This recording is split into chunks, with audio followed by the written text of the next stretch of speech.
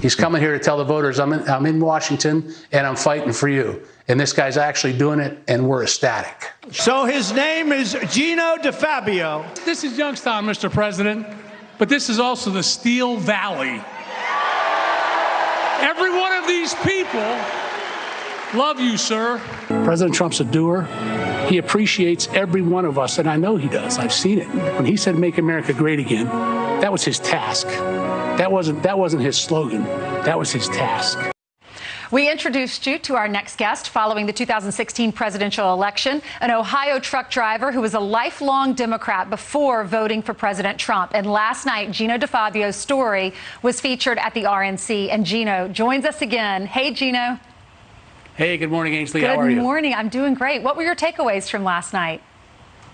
It was amazing. It was an amazing night. You know, not just my story, but everybody's stories. You could see the difference in the conventions and how they're presenting their points and their stories.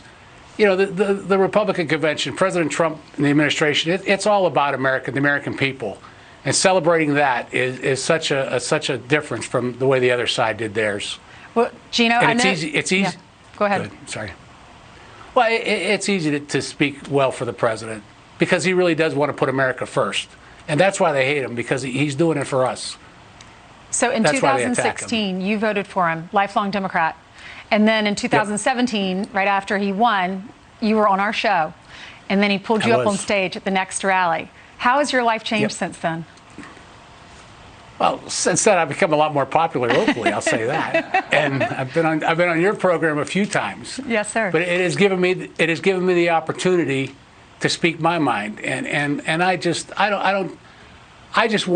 I want what the president wants. I mean, what we all want, and I'm just blessed with the opportunity to present that. You know, we all just want to live our lives. We want to have a decent job. We can take care of our families. We don't want to see our cities burned. I'll tell you that. We don't want the destruction, and we're Americans. You know, we are exceptional, and we just want to live our lives. President Trump is fighting for us for that every day, and they're mad at him, but they're really mad at us for voting. I'm sure they're mad at us for electing President Trump. Well, I know that I know he cut down on regulations and lowered taxes, made the trucking industry more money in your pocketbook. And by the way, we're so grateful for our truckers because we appreciate you even more now going through Corona, and every single thing that's on those shelves comes from you guys, and you're amazing. What's the president like in real life? Because there are a lot of perceptions about who he is.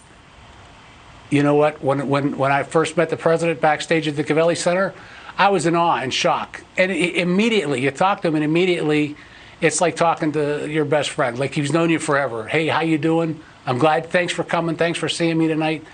I mean, he really is an amazing thing. And the vice president is just as personable. I really wish everyone would have the opportunities that I've had. It's just, we have an amazing administration. What do you say to the critics that say he's all about me and not us? President Trump and the administration are fighting for the American people. I'd like to know what he does for himself. Here's a guy that doesn't need this. He doesn't need this at all. You know what I'm saying? He could have just retired and went and done whatever. But he's fighting for the American people. I don't know if we lose this opportunity with President Trump. I don't know who with the means, with the talent and treasure to run for president would ever do it again after seeing what they've done to this man. And yet he goes on. He fights on for us. So that tells me, you know, every one of us has to do what we can to help this man. I'll take some arrows, I'll take some punches. If you can't do that, you just have to make sure you vote. That's the most important thing. Great message. We all need to vote. Thank you so much, Geno. Yes, thanks, Ainsley. You're I appreciate welcome. it. It's 26 minutes after the top of the hour. Former Florida Attorney General Pam Bondi making the case against the Bidens at the RNC, and she joins us live next.